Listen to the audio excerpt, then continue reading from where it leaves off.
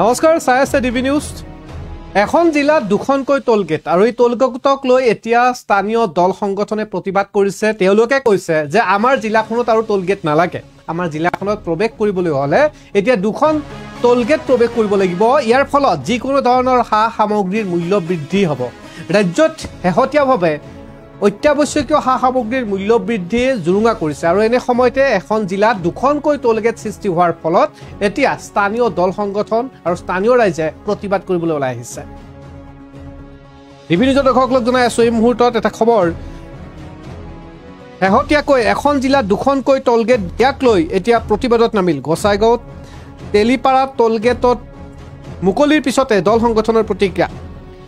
গোসাইগাঁৱত তেলিপাৰা টোলগেটত অবৈধভাৱে মুকলি কৰাৰ অভিযোগ স্থানীয় দল সংগঠনৰ। অসম বংগ সীমান্তৰ পৰা সমগ্ৰ উত্তৰ পূৰ্বাঞ্চল সংযোগী কৰা প্ৰায় ২৭ নং ৰাষ্ট্ৰীয় ঘাইপথৰ গোসাইগাঁৱত তেতেলিপাৰাত নতুনকৈ মুকলি কৰা এই টোলগেটক লৈ প্ৰতিবাদ। স্থানীয় দল সংগঠনে দাবী কৰে চৰকাৰে নীতি নিয়ম উলংঘা কৰি স্থাপন কৰিছে তেলিপাৰাৰ এই টোলগেট। একেখন জিলাতে দুখনকৈ টোলগেট খোলাক লৈ চিন্তিত হৈ পৰিছে স্থানীয় দল সংগঠন আৰু সচেতন লোক। গোসাইগাঁও তেলিপাৰাত টোলগেট মুকলিৰ পিছতে এতিয়া দল সংগঠনৰ প্ৰতিক্ৰিয়া। গোসাইগাঁও তেলিপাৰাৰ টোলগেট অবৈধভাৱে মুকলি কৰাৰ অভিযোগ স্থানীয় দল সংগঠনৰ। অসম বংগ সীমান্তৰ পৰা সমগ্ৰ উত্তৰ পূৰ্বাঞ্চল সংযোগী কৰা ২৭ নং ৰাষ্ট্ৰীয় ঘাইপথৰ গোসাইগাঁৱৰ তেলিপাৰাত নতুনকৈ মুকলি কৰা হ'ল এখন টোলগেট। স্থানীয় দল সংগঠনে দাবী কৰা মতে চৰকাৰী নীতি নিয়মক উলংঘা কৰি স্থাপন কৰা হৈছে এই তেলিপাৰাৰ টোলগেটখন।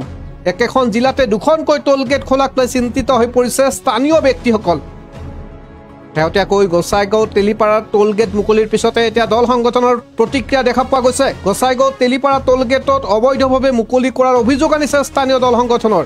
অসম বংগ সীমান্তৰ পৰা সমগ্ৰ উত্তৰ পূৰ্বাঞ্চল সংযোগী ২৭ নং ৰাষ্ট্ৰীয় ঘাইপথৰ গোসাইগাঁও তেলিপাৰাত নতুনকৈ মুকলি হ'ল এখন আকৌ টোলগেট। স্থানীয় দল সংগঠনে দাবী কৰা মতে চৰকাৰে এই নীতি নিয়ম উলংঘা কৰি স্থাপন কৰা হৈছে এই তেলিপাৰাৰ টোলগেট।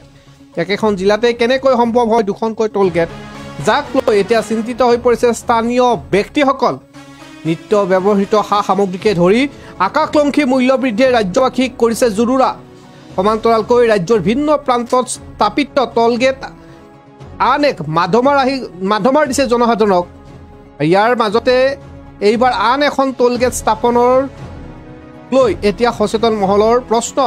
অৰ্থ সংগ্ৰহৰ বাবে জনতাক অধিক মাধমাৰৰ পৰিকল্পনা কৰিছে চৰকাৰে। ইয়াক লৈ আজি প্ৰতিক্ৰিয়া ব্যক্ত কৰিছে গোসাইগাঁও জিলা সমিতিৰ নেমচুৰ সভাপতি ছাদ্দাম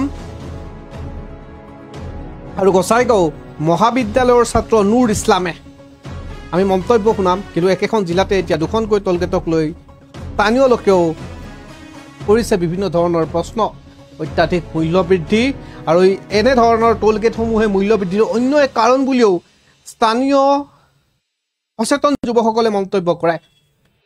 ইতিমধ্যে গোসাইগাঁও জিলা সমিতিৰ নেমচুৰ সভাপতিৰ মন্তব্য আমাৰ হাতত আহি পৰিছে আৰু সমান্তৰালভাৱে গোসাইগাঁও মহাবিদ্যালয়ৰ ছাত্ৰ নুৰ ইছলামেও মন্তব্য কৰিছে এই সন্দৰ্ভত। টোলগেট প্ৰসংগত শুনাই লৈছোঁ মন্তব্য।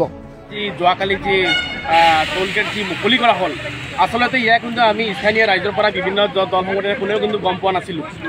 আজি যোৱাকালি আমি সংবাদ মাধ্যমত দেখা পিছত আজি ওলাই আহিলোঁ। সঁচাকৈ আজি যি আমাৰ এই গোসাইগাঁওবাসী ৰাইজৰ বাবে এক দুৰ্ভাগ্যজনক এক খবৰ। কাৰণ এই তেলিপাৰা টোলগেটৰ লগতে আপোনাৰ পাটগাঁও টোলগেট, ইয়াৰ পৰা ৩৫ কিলোমিটাৰ পাটগাঁও টোলগেট অলৰেডি আছে। আৰু আমাৰ এই শ্ৰীৰামপুৰৰ লগতে গাত লাগি থকা ৱেষ্ট বেংগলত পশ্চিমবংগত যি কামাখ্যাগুৰিত অলৰেডি টোলগেট আছে। আচলতে চৰকাৰৰ যি নীতি নিয়ম, নীতিন গাডকাৰীয়ে যিখন কথা কৈছিলে যে ৬০ কিলোমিটাৰ ডিষ্টেঞ্চত এখনকৈ টোলগেট মুকলি কৰা হ'ব, আচলতে সেই নিয়মত কিন্তু হোৱা নাই।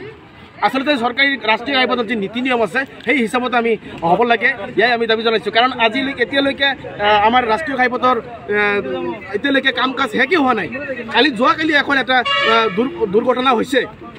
তো এই ৰাইজৰ মাজত যি এইখন চৰকাৰে যি ৰাইজৰ মাজত যি হাজাৰ হাজাৰ কোটি টকাৰ মানে ঋণৰ বোজা যি জাপি দিছে, এয়া আমি কেতিয়াও সহ্য নকৰোঁ। তো এইখন আৰু লগতে এই স্থানীয় যি আমাৰ ৰাইজ আছে, ৰাইজৰ যি যান বাহন আছে, এই যান বাহনৰ ক্ষেত্ৰত এখন মানে এটা সুবিধা দিব লাগে, বিনামূলীয়া কৰিব লাগে। লগতে আমাৰ যি স্থানীয় যিকোনো বিভিন্ন জাতি জনগোষ্ঠীৰ লোকসকলক ইয়াত নিয়োগ কৰিব লাগে এইখন জবত।